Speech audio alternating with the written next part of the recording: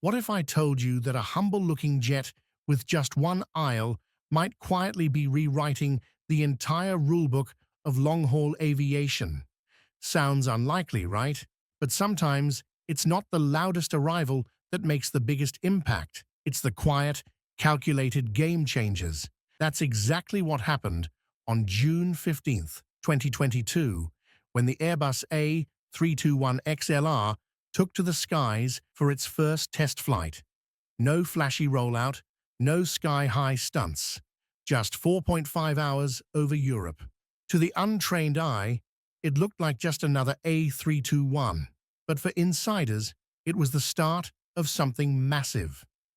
Back in the early days of jet travel, you didn't need a flying hotel to cross the Atlantic. Planes like the Boeing 707 and DC-8, both narrow-body, handled long-haul routes with ease. But then the 1970s hit, and aviation entered its golden age. Out came the behemoths: the Boeing 747, the DC-10, the L1011 TriStar. Wide bodies became the standard for anything beyond a few thousand miles. They could carry more passengers, more cargo, and for the most part, made sense back then. But then came a pivot. Airbus, after debuting its wide-body A300, shifted focus in 1984 with the launch of the A320. It seemed like a small bet against Boeing's dominant 737. But small bets sometimes pay off big. That move became the foundation for what would become the most successful aircraft family in aviation history. Here's something airlines don't say out loud, but it's always on their mind. Fuel is money, and lots of it. Fuel alone eats up nearly 30% of an airline's operating costs. So, when Airbus launched the A320neo in 2010, with revolutionary new engines offering 15 to 20% better fuel efficiency and a massive cut in emissions and noise, that was a game changer. Each upgrade in the A320 family, from the A319 to the A321, helped airlines stretch their margins a bit more. But it wasn't until 2018 that the game changed again. Airbus introduced the A321LR. Long range, 3 extra fuel tanks, a range of 4,000 nautical miles, and ETOPS 180 certification. Translation: it could fly 3 hours from the nearest airport, even on one engine, opening up transatlantic routes previously dominated by bigger, bulkier aircraft. But even before it took off in full swing, airlines started asking, what if we could push it even further?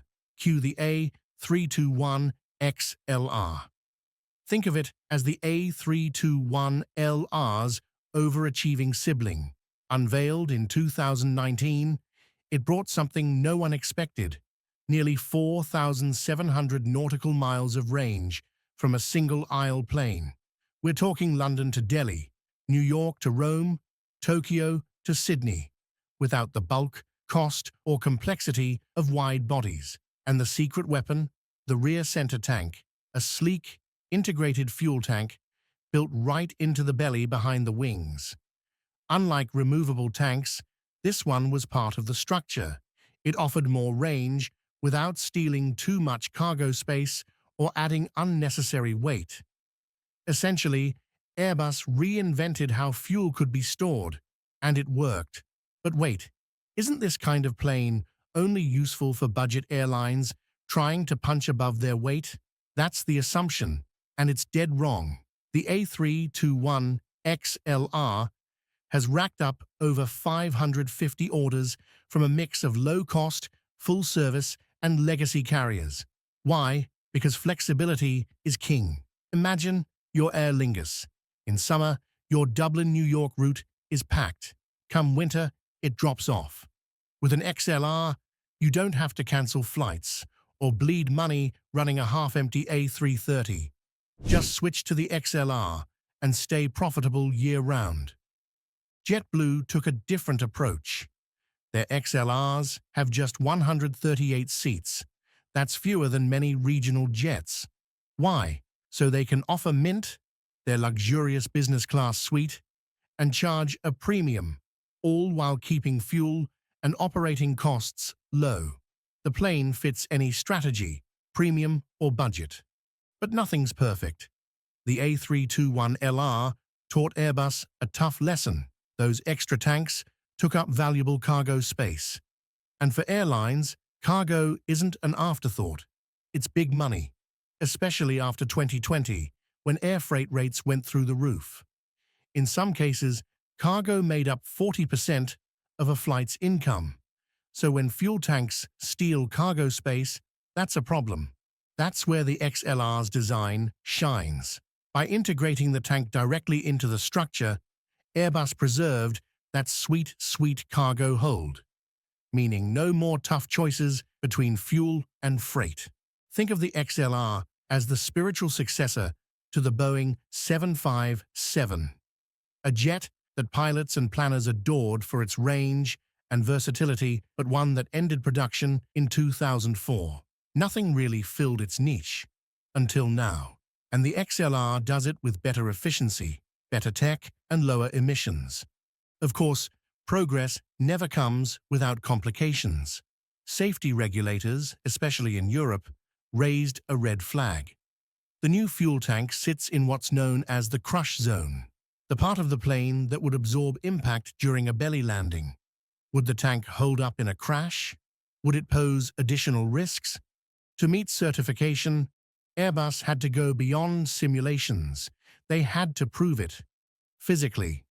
That meant redesigning parts of the lower fuselage, strengthening fairings, and making sure everything could withstand extreme impacts.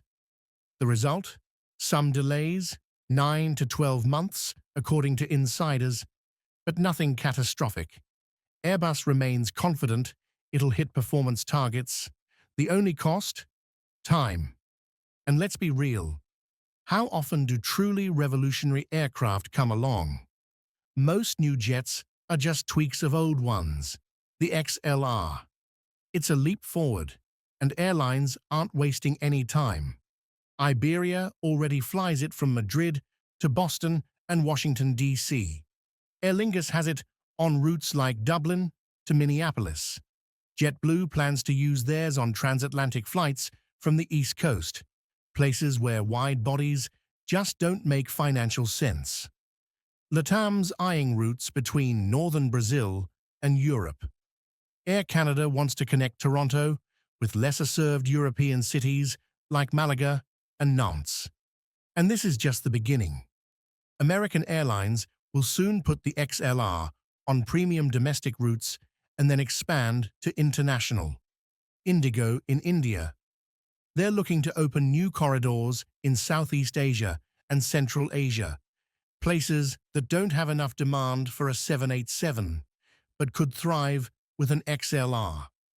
From Qantas to Wizz Air to Lufthansa, everyone's placing bets on this jet.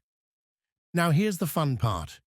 Imagine a world where flights like Kansas City to Frankfurt or Chennai to Nairobi become possible, not just seasonal, not just for elite travelers, but year-round, efficient, and cost-effective. That's the world the XLR is creating. It lets airlines experiment, test new routes, and grow, without the million-dollar risks tied to wide bodies. And for the planet, the XLR cuts fuel burn by around 30% per seat compared to older planes. That's a huge win in a time when aviation's carbon footprint is under the microscope. So where does Boeing stand in all this?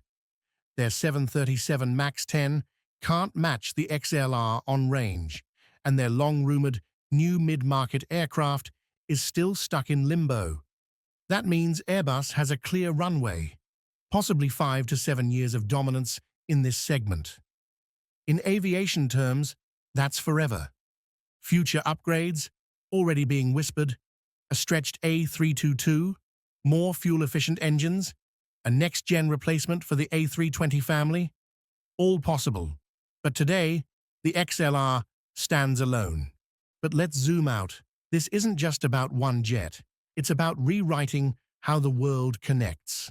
Hub and spoke models, where you fly to big hubs, then take short flights to your final destination, might fade as airlines build direct routes between mid-sized cities.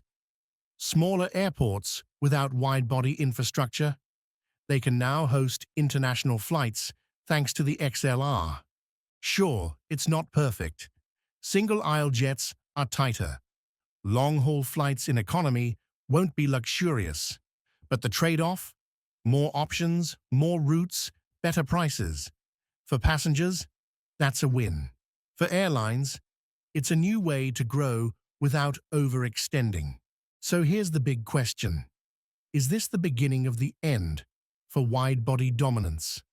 Will single-aisle aircraft like the A321XLR redefine how we think about long-haul travel? Only time will tell, but one thing's for sure, aviation just took a sharp turn. And this time, it's flying on one aisle. If you want to dive deeper into the future of aviation and see what aircraft might be next in line to reshape the skies, make sure you subscribe and tell us in the comments what you'd like to explore next.